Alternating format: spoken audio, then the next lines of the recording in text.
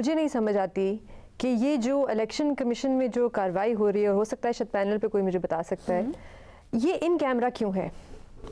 इसमें मीडिया को इजाज़त क्यों नहीं है कवरेज करने के लिए? ऐसी कौन सा खुफिया राज है, ऐसी कौन सा नेशनल सिक्योरिटी का मामला है कि मीडिया अंदर जाके इस मामले की, इस केस की कवरेज नहीं कर सकती? ये भी जो सारे बयानात आ रहे हैं, और जैसे एजाज ने भी बताया, ये ज़राए के ज़रिए आ रहे हैं। ये ऐसा कोई केस है, आपको लगता है चले साइफर की कुछ हद तक आपको शायद समझ आती है, कुछ ऐसे मामलात हैं जो बाहर नहीं आ सकते, ये कौन सा ऐसा केस है जो मीडिया कवरेज इसकी नहीं कर सकती? ये पूरा का पूरा अभी तक जो चीफ इलेक्शन कमिश्नर जो है हमारे, और जो इलेक्शन कमीशन है, उनका जो मीडिया के साथ इस वक्त तक रवैया है, आपका एक काम है इलेक्शन कराना, एक बार भी हमारे चीफ इलेक्शन कमिश्नर जो है वो मीडिया के सामने नहीं आए, एक प्रेस कॉन्फ्रेंस उन्होंने नहीं की ये बताने के लिए कि पंजाब और केपी में इलेक्शन क्यों नहीं हुए, 90 दिन में पाकिस्तान में इलेक्शन क्यों नहीं। बहुत से मामलात हैं, बहुत से अहम मामलात हैं जिनके बारे में उनको आके अवाम को आगाही देनी चाहिए, लेकिन नहीं, अभी तक सारे मामलात जो हैं इलेक्शन कमीशन में प्रेस रिलीज और ऑफ द रिकॉर्ड गुफ्तगू जो है सहाफ़ियों के साथ उससे चल रहे हैं। तो मुझे तो इस चीज़ की बिल्कुल समझ नहीं आ रही कि ये इन कैमरा क्यों सेशन चल रहा है। दूसरी बात ये है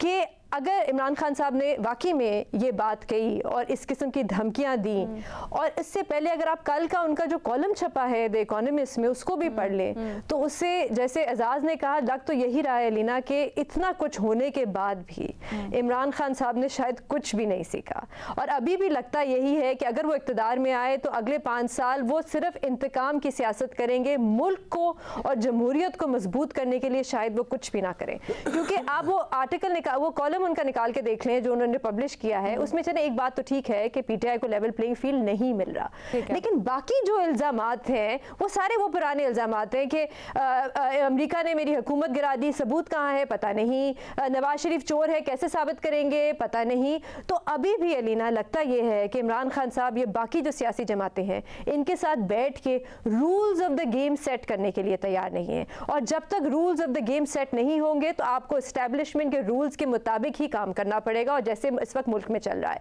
एक आखिरी बात, उन्होंने अपने इस आर्टिकल में लिखा कि मैंने तो सिर्फ इलेक्शन कमीशन पे तनकीद की थी और मुझ पे कंटेम्प्ट का केस बना दिया। आप सबको याद होगा, जिसको भूल गया उनको याद दिलाना चाहिए, वो तनकीद नहीं थी, वो धमकियां थी। फवाद चौधरी साहब जो थे वो प्रेस कॉन्फ्रेंस में बैठ के कह रहे थे कि इलेक्शन कमीशन की बाप की हिम्मत भी नहीं है कि वो इमरान खान साहब को नाअहल करे, वो इस्लामाबाद से निकल के दिखाए। आपको याद है सोशल मीडिया पे एक पूरी कैंपेन चलाई गई जिसमें इलेक्शन